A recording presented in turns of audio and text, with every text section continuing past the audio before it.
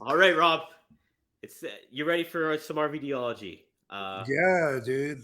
Absolutely. So, if somebody wants to get a rub off of my energy and they want to know how they can be cool like RVD, here's one thing about me. See, I avoid all negative energy as much as possible. That's why I keep myself zenful for 99% of the time until I have to go to work because it screws up my vibration. Right. My goal, ever since I left WWE after that stretcher match with Randy Orton, my goal was to get my spirit healthy. And I realized that has to do with my vibration. And the higher I get my vibration, the better I am, the better person I am, the better I feel, the better my output, the better people see me. It's amazing. Your vibration is like everything, and people pick up on people's vibrations sometimes when they don't even know. They'll just be like, "Whoa, that dude looks shady. I don't know. I got a weird feeling off of him." Sometimes they don't know, and I've been asked before. Steve Austin asked me on his show. He said, "Now, how do you?" If you're one of those people that can read people's energy, he said, how do you go about doing that? Well, the first way is to read your own energy, to be cognizant of your own vibrations and pay attention to how they change around certain stimuli. Boom. All right. You're around that guy. He made you feel shady. Guess what? You felt his energy by feeling your response to it. So that's where it starts. It's all inside anyway. I had to make my spirit healthy, and my vibration became the most important thing, and it still is now. And that was in what 2006 or 2007. I make all my choices around that, around how is it going to affect my vibration. Here's the thing: negative thoughts and negative feelings, they screw your vibration up. Every one of them. You vibrate at a lower frequency, and it changes everything about you just traveling through the universe trying to have a good day.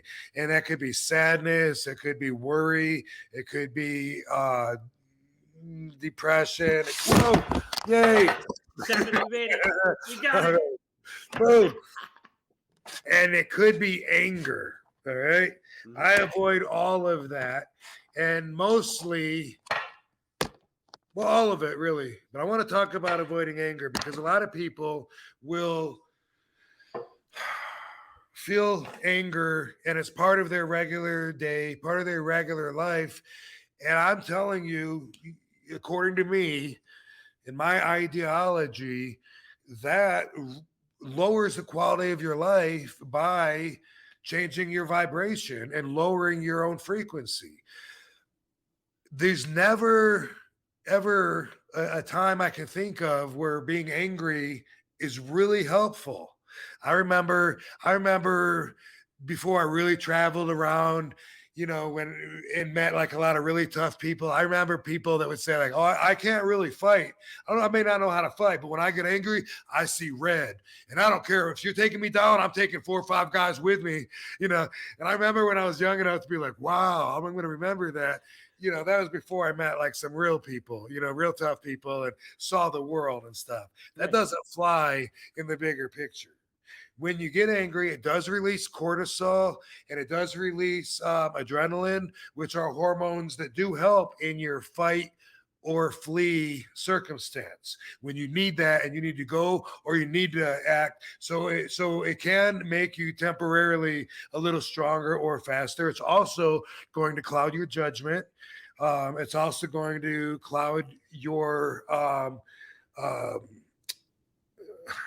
your I'm trying to think of a better word than balance. Your your Sense of your being, kind of like your present. articulation, your Yeah. ability, just your ability to be graceful. Yeah. Um, Anger does nothing except uh, bring your vibration way down, and now you're angry and worked up, and you're not going to act out of your most intelligent state of mind. You're Hmm. not. You're not. Um, I've knocked this computer over 15 times during this show, right? Yeah. I could easily be like, God damn it, Fuck. and I could get mad. Yeah. what would that solve? It would solve nothing except it would change my vibration. Maybe I'd get over it real soon. Maybe I wouldn't, you know? So being conscious of that, I think can really help a lot of people's lives. Like if people are listening and they say, you know what, Rob's right, I'm going to make an effort because I do get a lot of anger. Well, here's the thing. Even other feelings, they're all related. So you could easily be disappointed and allow yourself to be disappointed. But guess what? Disappointed can really change into anger like that because they're related. Watch this. Here's disappointed. Oh, really? Damn, man. Watch how quick it changes to, oh, really? Damn, man. How many fucking times? They're not that different, and they're both a negative vibration. And it's so easy for people to do. Now, if you have kids, sometimes you got to yell at them. Why? You try to intimidate them so that you can take their energy, so that they'll pay attention to you and be in a submissive manner because you've just taken their energy by intimidating them. It's an energy control drama. And that's one thing that parents or adults sometimes feel like they have to do. I'm here to tell you, I don't do that. I don't get mad. I once in a great while, a lot of things will build up on me, and I'll be stressed out. Maybe traveling for a few days, not sleeping right, someone annoying on the airplane that won't let me sleep because they're so loud and drunk. Yeah, maybe once in a while I'll reach a point where I'll be like, you know what, I'm going to say something. That's really stepping out of my comfort zone, and it almost never happens. Quick little story. When we were in Los Angeles for WrestleMania, I went to WrestleMania. I was part of the Connor Cure group. Went around meeting different people that were members of the club, financiers, members of different status in the different VIP boxes. And Katie watched the show. It took so long to get there from the hotel, and it wasn't that far, but it's just LA. Oh, it's LA, yeah. Oh my God, it seemed like 35 minutes to go, like maybe 6 miles or something. It was ridiculous. It took forever to get there. When we were there, I was drinking, going from box to box, drinking mimosas. Hey, yeah, nice to meet you. Sure, we'll do a photo. Oh, for me, thank you. Someone after a while kept my glass full, and we took the bus back with the group. And it was quite an adventure. I'm sitting right behind the bus driver, and Katie and her friend were right across from me. And I was just getting so annoyed at being on the road. It was taking so long. And so I looked up on my phone how to get to the hotel, and I kept realizing he keeps passing these options to turn left. You know what I mean? And it was getting me mad. Alcohol does make you lose your control of your emotions, which guaranteed makes you lose your wisdom. 100%. Eventually, if he doesn't turn on Olive Street or whatever, I'm going to say something, and he went straight. And I said, dude, when the fuck are you going to turn left? And he goes, and I'm right behind him, he's as close as you are right now to me. Yeah. And he said, he's an Asian dude. And he says, he goes, let me drive. And I said, I am. I'm just waiting when you're going to turn left. I'm watching this thing go from 14 minutes, 16 minutes, 18 minutes. When are you going to fucking turn? Katie was kind of embarrassed, like, huh? Quiet, and I'm like, and I'm watching it. And I'm like, okay, am I going to get more mad? But then all of a sudden, he gets this intersection, then it drops all the way down to like 12. And I'm like, this guy knows what he's doing, Yeah. What am I doing yelling at him? I don't yell at people, and I don't even take their energy like that. That's not something that I do. You know what I mean? And I was like, I got to make this right. You know what I mean? And and I leaned forward and I said, I apologize, sir. He said, let me drive. I said, okay. And I said, I'm good with that. That's cool. Yeah. All of a sudden, boom, he hits this car. Hits the car. He gets out. So I got out, And I got out and I'm filming with my phone, you know what I Uh-huh. mean? Say, hey, I don't know what's going on here. And the dude, he hit a car that was trying to change lanes, Uh-huh. and the guy gets out of his car with gun in hand. Holy shit. Yeah, and I'm filming this, and I thought I was gonna have to take the gun from his hand. You know what I mean? Yeah. I got up to him, and I'm like, "Whoa, dude, what are you doing?" And he goes, "I'm putting it away. That's why I'm opening the trunk. I'm putting it away." And I watched him put it in a box in the trunk of his car. And I think I'm gonna have to save everybody or something. Got a crazy thing on the streets of LA. Him and the bus driver start talking. Now that he's got the trunk shut. Didn't you see me? What do you mean, didn't I see you? You see the white line there? Are you coming over here? I had to pee like really bad. Like I said, I was drinking, Yeah. and I see the 7-Eleven and I run over there, and Katie says, me too. And we run over there and we pee. Then when we come out, everybody's gone. Everybody's gone. What? I'm on this street in LA in the middle of all the, yeah. Like, what happened? What? And then I hear Rob, and I see like half a block away, somebody's waving me, and the bus was over there around the corner on the next street. So like we ran over there, and I found out that after I left, they were arguing. The guy got back in his trunk and pulled the gun out. And the bus driver got in behind the wheel and took off and left us. And so now at this point, nobody's there. I got footage of the guy, which I wouldn't want to tell on him, stooge him off. I don't see any point in that. But we ended up driving and then not even going to the right hotel. All those people from the damn Connors Cure were staying in a different hotel, so we still had to Uber to get back to the Biltmore. But I thought about that, about me getting angry at him, and it happens so few times that I can recollect stories. Like so much time goes by. When I do get angry and I lose my cool, I automatically am mad at myself. Right, yeah. Yeah. Driving gets everybody mad because you're driving. There's road rage. There's people. Why should I have to go the speed that this jerk off in front of me thinks I should go? You know what I mean? Like it's not him to decide what I got going on in my day. It's easy to do, but there's really not there's not much. So I dropped this the laptop, not the ashtray. I didn't drop that one yet. I probably you're will. good there. You're good there. Hey, shut up. Shut up. Shut up. I dropped the laptop like 20 times, like I said. Instead of getting mad, this is what I like to do. What did I do? Do you remember? You're like, oh, hey, well, you just you went on with the day. You went on with I it. sold it like it was a good thing. Yeah, I went, like it was yay. Yeah, yay, all right, yeah. good. Uh-huh. That's what I do. And Katie and I both do that. We use sarcasm to keep us from getting angry. And sometimes it's so funny that we even laugh because, you bring in bad news and it's like, hey, guess what? The axle fell off the car. Sweet. Hopefully, hopefully that's the car we were planning on taking tonight, to do this drive. We're like, it's, yeah. All right. We always do that. Hi, baby. She just came home. Oh, nice. Yeah, so we use sarcasm all the time, and I never get mad.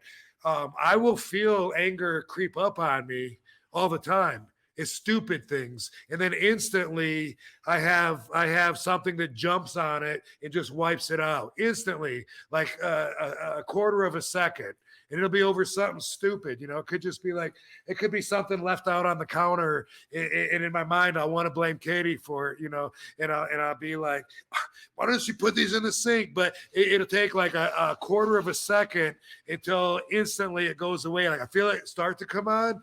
And then common sense kicks in, and then I'm like, I do the same thing. She don't do anything that I don't do. Yeah, right. I catch myself doing everything that I ever try to blame her for, and it's like it's so stupid. So there's never a reason that I can find where getting mad helps. All it does is make me regret losing my cool. I regret being that asshole because I think angry RVD is an asshole RVD.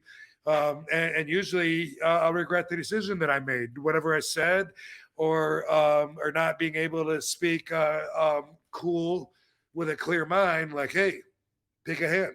Right. Yeah. Yeah. Exactly. No. So That's more me.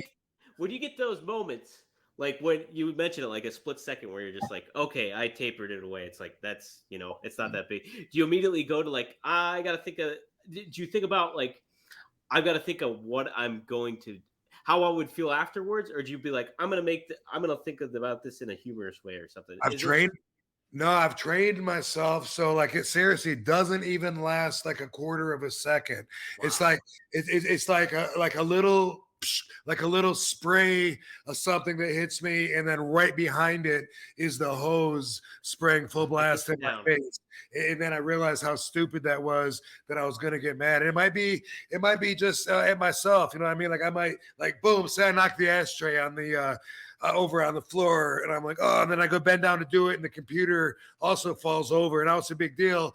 For just a little bit, I'm gonna be mad. I'm gonna be like, good, because I feel like the universe is working against me. Or Right. to put that a different way, I feel like I'm not connected to the universe, which is true, which is why my vibration disconnected me. That's exactly what happened. I don't know if we can squeeze all that in right here, but it's very relevant. But anyway, stumbling around something like that, a lot of times I get that little little taste of anger where I start to be like, "Gah!" And then instantly, it's just like sweet. You know what? Whatever. Sweet. Oh, hopefully the computer is broke, and I got to get a new one. Right. That's, Fingers crossed. yeah. Yeah. We do that 24/7. And I don't, there's really not an exception to it. Like once in a while, if we really do have news to break or so, hey, so and so died, Iron Sheik passed away. Did you hear that? Then we're not going to be like, oh, that's cool, great. Right. It Yeah. doesn't quite work, with certain things, but when it's us getting screwed over, or us having to something falling apart on us or our plans or something that's going to make more work on us or whatever, it's always the most fun, to say, oh sweet, I fell in the pool. That was great, Oh, nice. Yeah, I like that. And Although, awesome, I got my clothes away. Now I get to change nice. Now I get to do more laundry and shit. it. Whatever. Yeah, you get it. So Oh yeah. maybe take a page out of my book and try that if you have anger issues. That's a practice. And like I said, I trained myself, so it's second nature. I don't have to think about anything. I despise being angry. Like I hate, and hate is a negative emotion too. But I really, really don't like it when I'm angry to the point of where it's the last thing I want. Everything is about my spiritual vibration. Like I said, everything. So I avoid anything that's going to possibly make me angry. And if I have to do it, I deal with a short amount of time, and I might be very angry during that time. And then afterwards, I'm not happy with myself, No. even if I feel like someone deserves it. Like, you know what? I'm going to tell this guy, to shut the fuck up sitting next to me. If I do, then afterwards, I'm like, that wasn't cool. What's the benefit of all that? Yeah. Yeah. You put negative energy out there and then you feel negative in But, turn of it. It's just but like, you know what it is? It's entitlement, and people feel entitled. So it's like, yeah, you're damn right. I'm angry. You right. I got the fucking right to scream like an idiot and cloud my intelligence and say stupid things. I have a right to make bad decisions right now. yeah, right. It's entitlement. Well, Yeah. sweet. I learned a lot again. I learned last Oh, week too, and it just it's hey, on you didn't share theology. with me what you learned last night or Okay, last. yeah, let me tell you. So it's kind of neat that you said you know what you don't know because Yeah. It's I all in nonfiction is relevant. All of it. It all right. connects together. It really does. And so I was diagnosed with OCD back when I was like 17. And so a lot of my thing came with uncertainty and how to think about like, okay, like living in that I'm not going to know what's going to happen. Am I going to become a certain person? Am I going to do something that's going to like cause somebody's life to change in a negative fashion? And so I would always obsess over that. And I would always obsess about like what's going to happen to me, what's going to happen Even to stuff you can't do anything about, stuff right? I can't do shit about. Like I don't have any control over. And Right. it took me years to kind of like get that to that point to it, like where Acceptance. yeah, acceptance of it all. And like my therapist, the one I currently go to, even she was the one that kind of put that. She's like, well, you just don't know. And she's like, you won't have an answer either way. It does. You cannot get an answer from this, and you're gonna have to like. And part of that is just living with that. And Yeah. dealing with that anxiety that comes with it. And like, and to your point, like when you're talking about getting angry, it's almost like a second nature thing where you'd be like, all right, I'm not going to know, but that's okay. What am I going to do? And so when you talked about that, like it was something that was already like kind of there for me, but in a way it just made me more cognizant of it. So Yeah, dude, that's yeah, awesome. yeah. I saw a clip of that on my YouTube, and somebody didn't get it. Like a comment, someone said, "I don't think I really understand it." If you're watching, think of it this way: when I first met Katie, we're waiting in a red light, and then all of a sudden a car comes towards us from across the intersection in our lane, and then swerves over and goes by. First thing she says is, "He's drunk," and then she's like, "Right." I don't know. How would I possibly know that that guy's drunk? How would I possibly know? And so, like, I've kind of trained her to think that way, and even more so to expect that from me with my responses. So if you think about it that way, like you don't know, but there is stuff that you don't know, and you have to be okay with that. A lot of people can't do that. My friend was saying, "Dude, I got fired for no reason at all." Like, dude, no, there was a reason. No, no reason. Like, bro, trust me. Just because you don't know what the reason doesn't mean there There wasn't. was something that happened. He Yeah. believes in his mind, no, unless it was this one thing. But I already talked to him about that, so it wasn't that. No, and he can't accept that, dude. You're not gonna know everything. You got to know that you don't know most of anything that's going on. You know very little. So if that doesn't help, then you never will understand.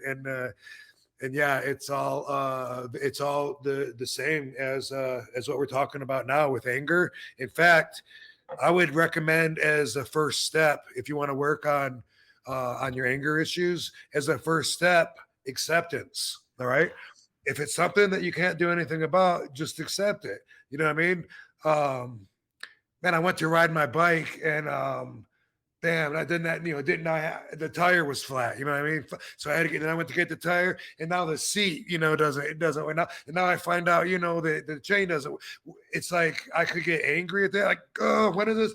But at the same time, if it's something I can't do anything about, then I just have to accept it and be like, well, okay, you know what? Now I got to do this, and then go from anger to acceptance, and then go to sarcasm, and then it makes it fun Then it because makes it fun. because Yeah. then you're like, there's nothing I can do about it. It sucks. And by the way, I use the yin yang symbol for that, for acceptance. I always have. I've looked at it like there's like half of it's white, half of it's black. And I look at it and I categorize things in there. Like, well, you know what? I got a flat tire. That sucks. I'm going to put that in the black. You know what I mean? Wow. How about Oh, that? yeah. I've always Nice. done that. And hey, this is a good thing. I'm going to put that in the positive thing. And overall, it all balances out. But sometimes you got to look at a shorter picture, sometimes a bigger picture. You don't always know. But that's the fact, is that you don't always know. Anger, acceptance, and then go to sarcasm and make it fun. Yeah. It's like, oh, sweet. I need my tire fixed, and everywhere's closed for the holidays. So now I can't get it till Monday. Yes. Oh, Monday's a holiday? Sweet. Now I can't get it till Tuesday. I'm Fucking stuck. A. Awesome. Hell yeah. Yeah, that's what Oh, I do. And then it increases my vibration instead of lowering my vibration. And that's what I'm after. hell yeah, man. Hell yeah. That's what you guys could be after too. You know?